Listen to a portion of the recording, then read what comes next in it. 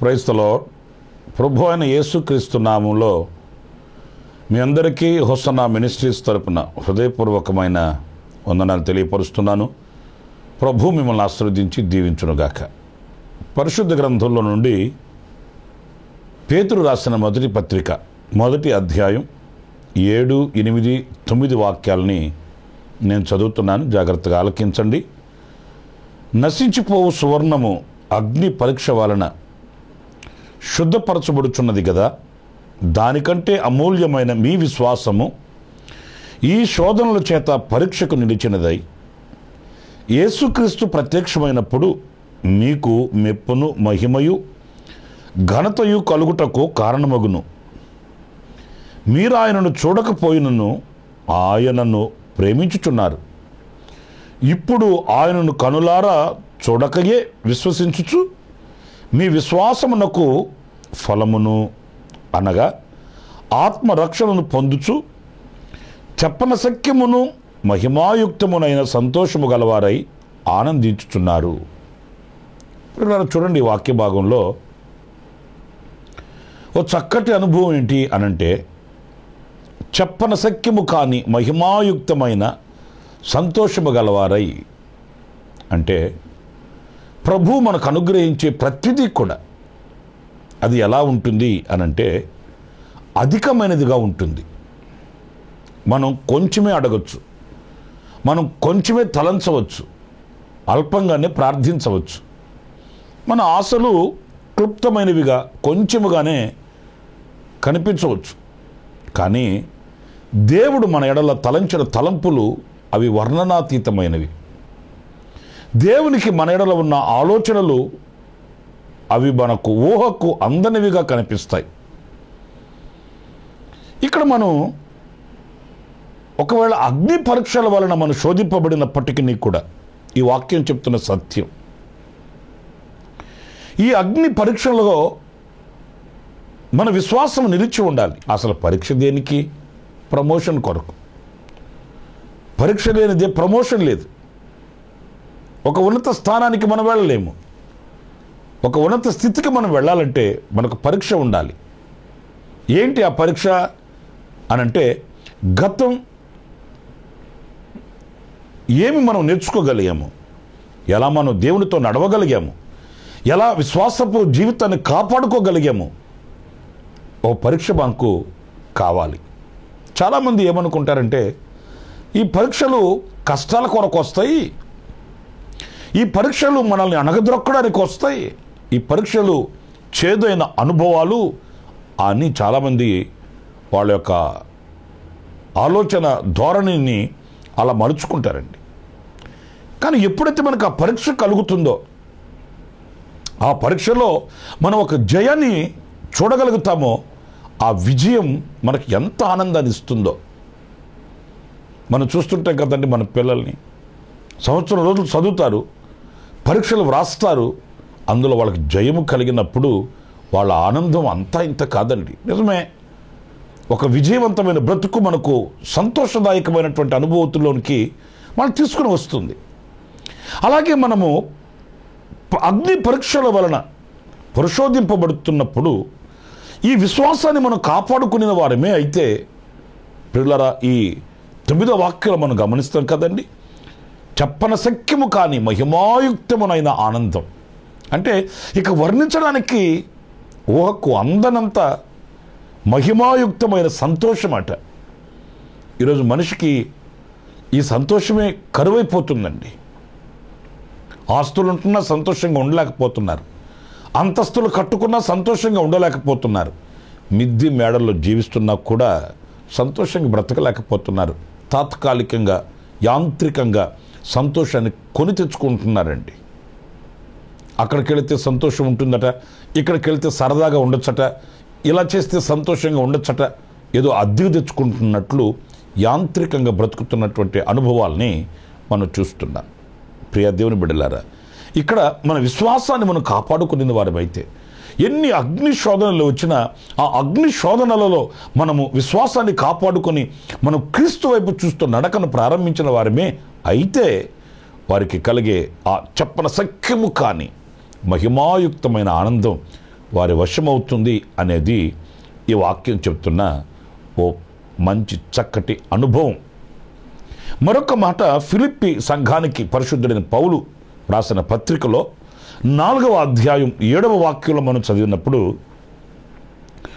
అప్పుడు సమస్త జ్ఞానమునకు మించిన దేవుని సమాధానము యేసు క్రీస్తు వలన మీ హృదయములకును మీ తలంపులకును కావలియుండును. ప్రియులారా, ఇక్కడ సమస్త జ్ఞానమునకు మించిన దేవుని సమాధానం అంటే జ్ఞానమునకు మించిన సమాధానం. ప్రియ దేవుని బిడ్డలారా, ఈ రోజున చాలా విధాలుగా మనిషి జ్ఞానాన్ని పొందుకుంటున్నాడండి. చదువుల ద్వారా, పాఠ్య పుస్తకాల ద్వారా, చరిత్రల వల్ల ఇలాగా ఎంతో జ్ఞానం ఉంటుంది. జ్ఞాన సంపద కలిగిన వారిగా ముద్ర వేయించుకుంటున్నారు, కాదనట్లేదు. కానీ వాటి వలన ఎంత సమాధానంగా ఉండగలుగుతున్నాము, ఎంత సంతోషకరమైన జీవితాన్ని, శాంతికరమైన బ్రతుకుని మనం బ్రతకగలుగుతున్నాము. అయితే ఇక్కడ మనం గమనించవలసింది ఈ జ్ఞానమునకు మించిన సమాధానం. ప్రియమైన వారలారా, ఈరోజు సమాధానకరమైన బ్రతుకు ఎందరు బ్రతుకుతున్నారు? ఈ రోజున సమాధానంగా సంతోషంగా ఎంతమంది బ్రతుకుతున్నారని మనం ఇంటర్వ్యూ చేస్తే లేక పరీక్ష చేస్తే చాలామందికి సమాధానం కరువై, అదొక కరువు అండి. పిల్లలు ఉంటున్నారు, ఆస్తులు ఉంటున్నాయి, ఉద్యోగాలు ఉంటున్నాయి, లోకంలో ఎన్ని ఉండాలనో అన్ని సంపాదించుకుంటున్నారు. కానీ హృదయానికి గుప్పెడు గుండెకు సమాధానం ఉండట్లేదండి. ఎన్నో అలజడులు, కుటుంబాలలో అసమాధానకరమైనటువంటి ఛాయలు, ఉదయాన లేచినది మొదలుకొని మరలా మరణం అనే పడక యొద్దకు వెళ్ళేంత వరకు కూడా ఎన్నో కలవరాలు. కుటుంబీకులలో కానివ్వండి, ఉద్యోగాలలో కానివ్వండి, వ్యవసాయాలలో కానివ్వండి, చేతి పనులలో కానివ్వండి, ఈ రోజున మనిషి హృదయం అసమాధానంతోనే దినాన్ని ముగిస్తుంది అనే విషయానికి మనం ఎదురు చెప్పలేమండి. ఈ సమస్త జ్ఞానమునకు మించిన దేవుని సమాధానం యేసు క్రీస్తు వలన మీ హృదయములను మీ తలంపులను కావలియుండును. అంటే యేసు క్రీస్తు వలన మనకు ఈ సమాధానం కలుగుతుందట. మరి దేని మూలముగా మనకు సమాధానం కలగదండి?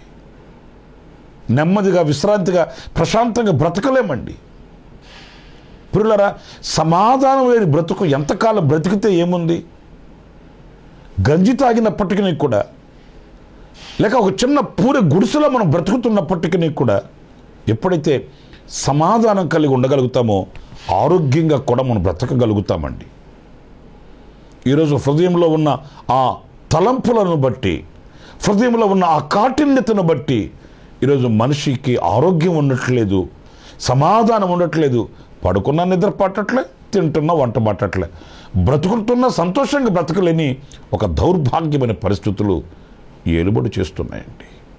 కనుక యేసుక్రీస్తు మూలాన సమస్త జ్ఞానమునకు మించిన సమాధానం మనకు లభ్యమవుతుంది, మనకు దొరుకుతుంది. యేసుక్రీస్తు కూడా ఆయన చెప్పాడు, నా శాంతినే నేను మీకు అనుగ్రహించుచున్నాను, మీకు సమాధానం కలుగునుగాక అని ఆయన ప్రకటించాడు. ఈ సమాధానం మనం కోరుకోవాలి. సమాధానకరమైన బ్రతుకుని మనం అపేక్షించాలి. మనం ప్రార్థించేటప్పుడు ఎన్నో కోరుకుంటుంటాం, ప్రార్థించేటప్పుడు ఎన్నో మనవులు చేస్తుంటాం, ఎన్నో విషయాల నిమిత్తం ఆయన సన్నిధిలో కన్నీరు కారుస్తుంటాం. కానీ ఉన్నా లేకపోయినా, తిన్నా తినకపోయినా నేను సమాధానంగా బ్రతికితే చాలు, సమాధానకరమైన బ్రతుకు నాకు కావాలని ఎంతమంది కోరుకోగలుగుతున్నారు? నా ప్రియులారా, ఈ మాటలు వింటున్నాను, నీవు దేవుని సమాధానం నీ హృదయాన్ని ఏలుకోవాలని, ఏలుబడి చేయాలని, నీ హృదయాన్ని కావలి ఉండాలని ఆశించవలసిన అవసరం ఎంతైనా కూడా ఉంది. మరొక మాట, ఎఫెసీ సంఘానికి పరిశుద్ధుడైన పౌలు రాసిన పత్రిక 3వ అధ్యాయం 19వ వాక్యాన్ని చదివితే, జ్ఞానమునకు మించిన క్రీస్తు ప్రేమను తెలుసుకొనుటకు తగిన శక్తి గలవారు కావాలననియు ప్రార్థించుచున్నాను. ఇక్కడ జ్ఞానమునకు మించిన ప్రేమ. నిజమే, అసలు ఈ జగత్తుకి పునాది ఏంటి మనం తలంచుకుంటుంటాము? ప్రేమ. దేవుని వాక్యం చెబుతుంది, ప్రేమ లేనివాడవైతే నీవు వ్యర్థుడవు అని వ్రాయబడి ఉందండి. అయితే ఇక్కడ జ్ఞానమునకు మించిన క్రీస్తు ప్రేమను అంటే దేవుడు మనల్ని ఎంత ప్రేమించాడు. మనం ఎప్పుడు చదువుతుంటాము, దేవుడు లోకాన్ని ఎంతో ప్రేమించను, ఎంతో అంటుంటాం, కానీ ఎంత ప్రేమించాడో ఏనాడు కూడా ధ్యానించమండి. కొంతమంది వాక్యం వింటారు, ఏ వాక్యం చెప్పారండి అని అంటే, భలే చెప్పాడండి అంటారు. ఏం చెప్పాడో చెప్పలేరండి. ఆ రీతిగానే దేవుడు లోకాన్ని ఎంతో ప్రేమించను అని చెప్తారు. ఎంత ప్రేమించాడు, నా స్థితి ఏంటి, నా గతి ఏంటి, ఒకప్పుడు నా పరిస్థితి ఎలా ఉన్నది, నా ప్రభు నన్ను ప్రేమించి ఆకర్షించి రక్షించి ఈ క్షమభిక్షను పెట్టబట్టియే కదా ఈ పునాది మీద, క్రీస్తు అనే బండ మీద నిలిచి ఉన్నాను అని ఏనాడు కూడా ఆ ప్రేమను తలంచరండి. ఆ క్రీస్తు మన ఎడల కనుపరిచిన ఆ ప్రేమ, క్రీస్తులో మనకు దొరికిన ఆ క్షమ, ఇవన్నీ లోతైన అనుభవాలలో మన హృదయాన్ని ఆధ్యాత్మికమైనటువంటి ఎత్తుల్లోనికి తీసుకుని వెళ్ళే అమూల్యమైన అనుభవాలండి. క్రీస్తు ప్రేమను మనం తెలుసుకోవాలట. ఆ క్రీస్తు ప్రేమను తెలుసుకున్నటకు శక్తి గలవారము కావాలని దైవజనుడు పౌలు ప్రార్థిస్తున్నాడట. నిజమే, ఏదో తాత్కాలికంగా ప్రేమించడం కాదండి, ఏదో వాక్యాన్ని బ్యాడ్జీలాగా వ్రాసుకోవడం కాదు, వాక్యాన్ని గోడలకు రాసుకోవడం కాదు, బైబిల్ పట్టుకొని దేవుని మందిరానికి రావడం కాదు. మన హృదయంలో ఆయనకి ఎంత స్థానం ఇచ్చి ఉన్నాము చూడండి. మనము ప్రేమించే వారిని ఎప్పుడు మర్చిపోలేము, మాటి మాటికి జ్ఞాపకం చేసుకుంటుంటాం. మరి ప్రభుని ప్రేమించే నీవు ఎంత ఆయనను జ్ఞాపకం చేసుకుంటున్నావు? నీ జ్ఞాపకాలలో ఆయన ఎంతవరకు నిలిచి ఉన్నాడు? ఆదివారమేనా, లేకపోతే పండుగ రోజులు మాత్రమేనా, లేకపోతే కష్టాలు వచ్చినప్పుడా, లేకపోతే సుఖం కలిగినప్పుడా, లేకపోతే అనుక్షణం నీ జ్ఞాపకాలలో ఆయన రూపం మెదులుతుందా? నీవు ఆయన వాస్తవంగా ప్రేమిస్తే, వాస్తవంగా ఆయనను స్నేహిస్తే, ఆయనను గూర్చిన జ్ఞాపకాలు నీ మదిని ఆధ్యాత్మికమైన లోతుల్లోనికి తీసుకుని వెళ్తాయి. నాకు కొందరు తెలుసండి, ఎప్పుడు సమయం దొరికినా వాళ్ళు దేవుని మాటలు చదువుతూ ఉంటారు. అప్పుడే అర్థమవుతుంది వారు దేవునిని ఎంత ప్రేమిస్తున్నారు అనేది. ఏ చిన్న సమయం దొరికినా మోకరించి ప్రార్థన చేసుకుంటారు. అప్పుడే అర్థమవుతుంది వాళ్ళు ఎంత ప్రభువుని ప్రేమిస్తున్నారు.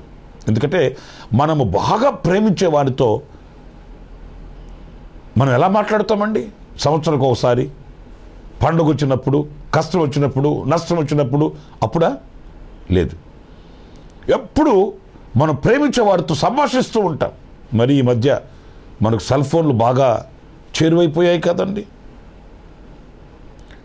గంటకి ఫోన్ చేసి మాట్లాడతారు, అర్ధగంటకి ఫోన్ చేసి మాట్లాడతారు. ప్రతి 10 నిమిషాలకి కూడా తాను ప్రేమించే వ్యక్తితో ముచ్చటించుకునే వాళ్ళు లేకపోలేదండి. మరి ప్రభువుని ఎంత ప్రేమిస్తే మనం ఎంతగా ఆయనతో సంభాషిస్తున్నామో, ఎంతగా ఆయన సన్నిధిలో గడుపుతున్నామో, ఆయనను ఏ స్థితిలో మనం ప్రేమిస్తూ మరి విశ్వాసాలు మనం చెప్పుకుంటున్నాం. ఇవన్నీ ప్రశ్నలు కాదంటారా?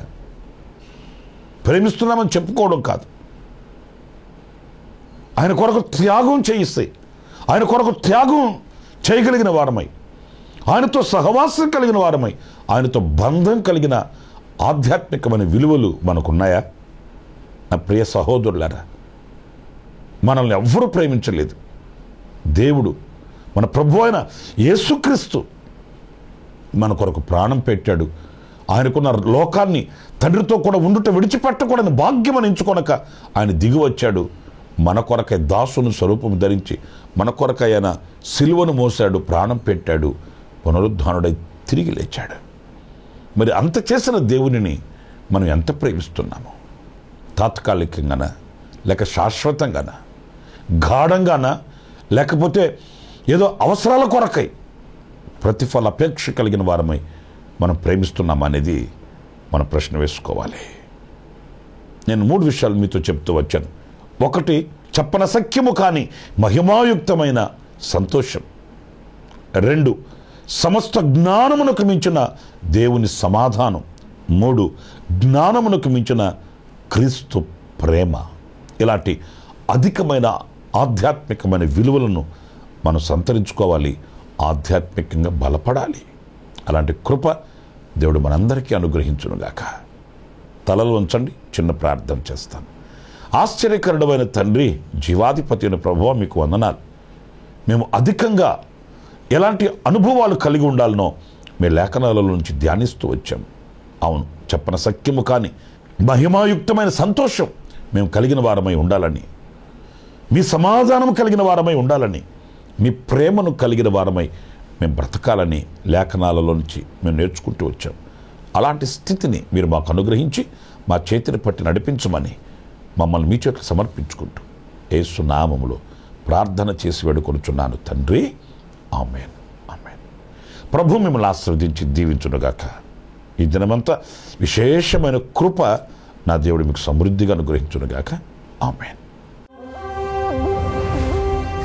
ప్రతి దినము ఈ అనుదిన కృపాను సందేశాల కొరకు, ఇంకా మరిన్ని ఆత్మ సంబంధమైన సందేశాల కొరకు ఈ మా యూట్యూబ్ ఛానల్ ని సబ్స్క్రైబ్ చేసుకోండి. Pastor Ramesh, hosanna ministries.